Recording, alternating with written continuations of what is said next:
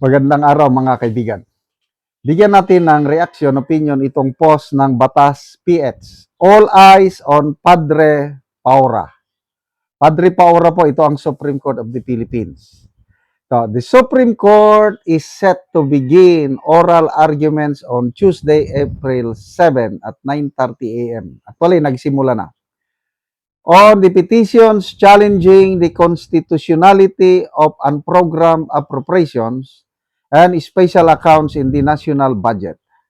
The proceedings will be held at Supreme Court in Bank Session Hall in Padre Paura, Manila.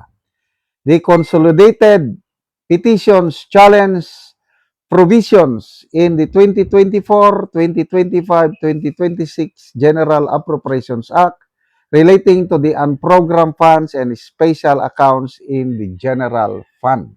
Ito, sa post ni Professor Malotikia, sabi niya, please watch and share. Ongoing na po, iparinig ko mamaya yung deliberation.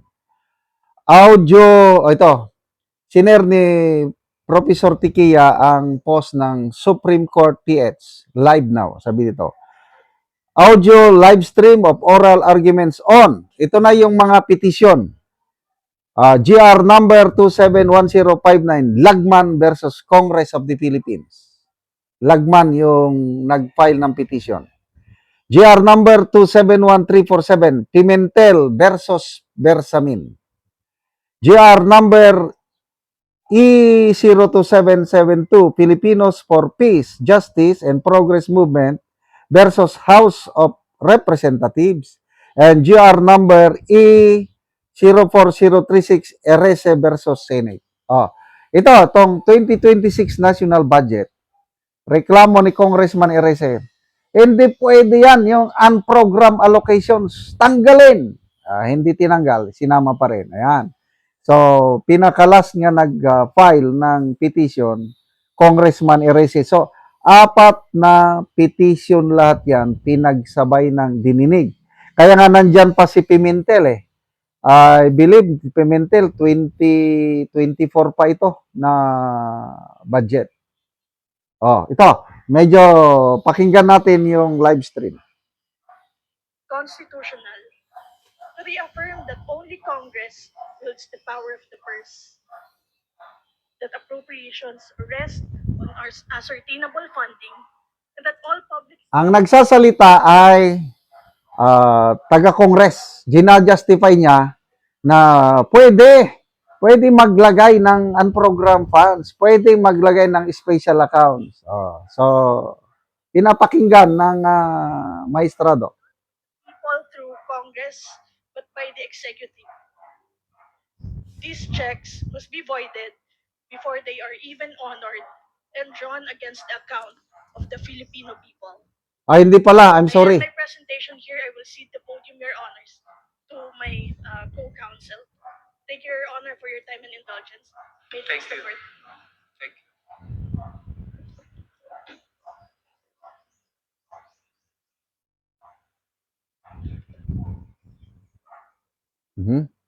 Medyo I have a presentation, Your Honor. Just a short one.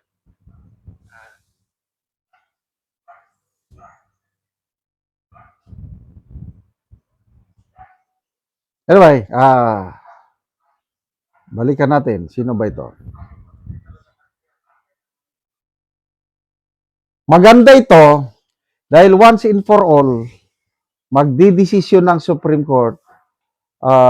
Ang naintindihan ko, kung bakit nagkakaluko-luko ang budget, kung bakit maraming budget insertion, yung nalulustay yung 1.45 trillion pesos for 3 years na budget is dahil sa unprogrammed funds.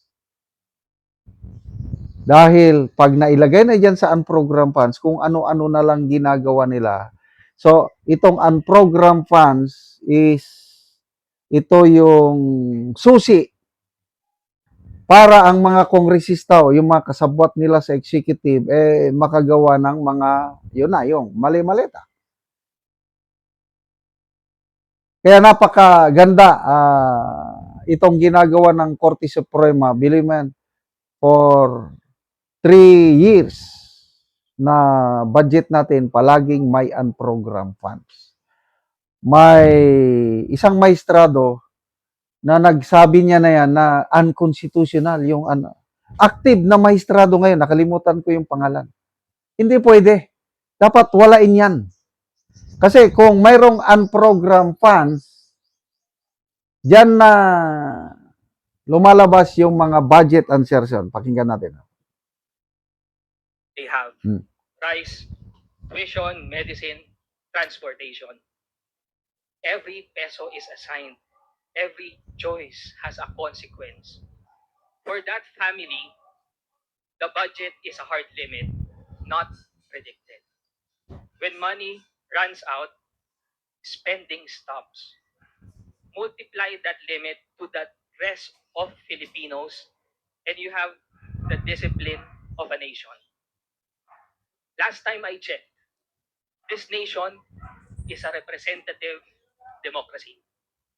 Why then are our representatives doing everything in their power to not represent that discipline? In the Republic Act number 11975, the 2024 General Appropriations Act, that discipline was set aside. Instead of a fixed and accountable budget, what was created is a system where spending may expand, shift, and be triggered after the law has already been enacted, without the full safeguards required by the Constitution. At the core of this case are three questions. First, whether program appropriations violate Section 25.4 of Article 6. Second, whether Congress may increase these appropriations beyond what the President proposed. And third, whether Congress may enact new programs, activities, and projects. These questions may appear technical, but they all point to a single principle. The Constitution requires discipline, clarity, accountability in the use of public funds. Okay, so Section 25. pinapaliwanag ng that any special appropriations pinapaliwanag ngayon ng mga nagpetisyon na dapat disiplinado tayo sa budget, hindi yung unprogram kasi bahala ng Kongreso kung saan nila ilagay, tapos utang diyan, Wala talagang fiscal discipline ang nangyayari sa atin. Kaya ngayon, mayroon tayong krisis, nagkahirap-hirap na tayo kung saan manguha ng kwarta para i-respond sa krisis na ito. So, salamat po sa Supreme Court na ito. First oral argument pa lang ito. I believe meron pang sunod. But parang PhilHealth, diba? Ilang nakatatlo atang oral arguments. At ako, gut feeling ko lang ito, mapapahiya ang Kongreso ito. Madideclare na unconstitutional lahat ginawa ng mga kongresista na yan. Yung unprogrammed allocations nila at special accounts. Salamat mga kaibigan sa inyong pagsubaybay sa ating channel. Nakakatulong kayo ng malaki sa tribong Talandig ng Bukidnon dahil ang income natin sa channel na ito is pantulong po sa tribo. Namimigay tayo ng libreng yero at pako para makapagpatayo sila ng mas maayos na tirahan. Panoorin nyo ang video na ito. Muna ni ang yero abot na gyud kadtong itabang sa mga tao nga nagkinahanglan og tabang kadtong mga daot na ilang balay. So muna ni siya 450 ka yero ang gi-deliver. So muna ni sila ang matagaan og yero.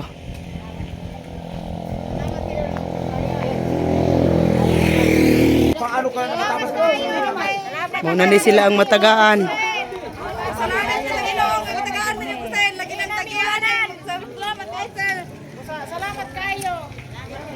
Salamat kayo sinabang nakatagrag yun.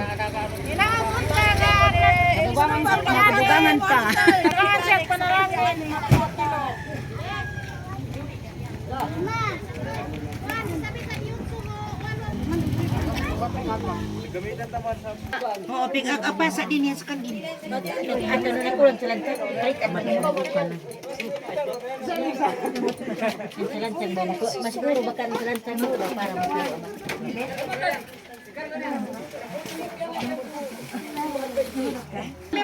Sana dia kang ay mabajita na na sindihan. Yo, de basuma, pasto ko.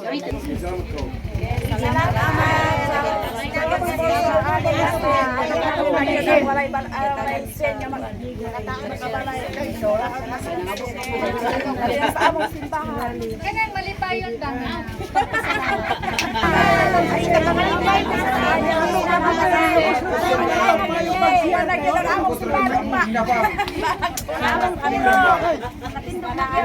Ayaw pangatop sa siya. Pangatop na gid kay nasunod nila.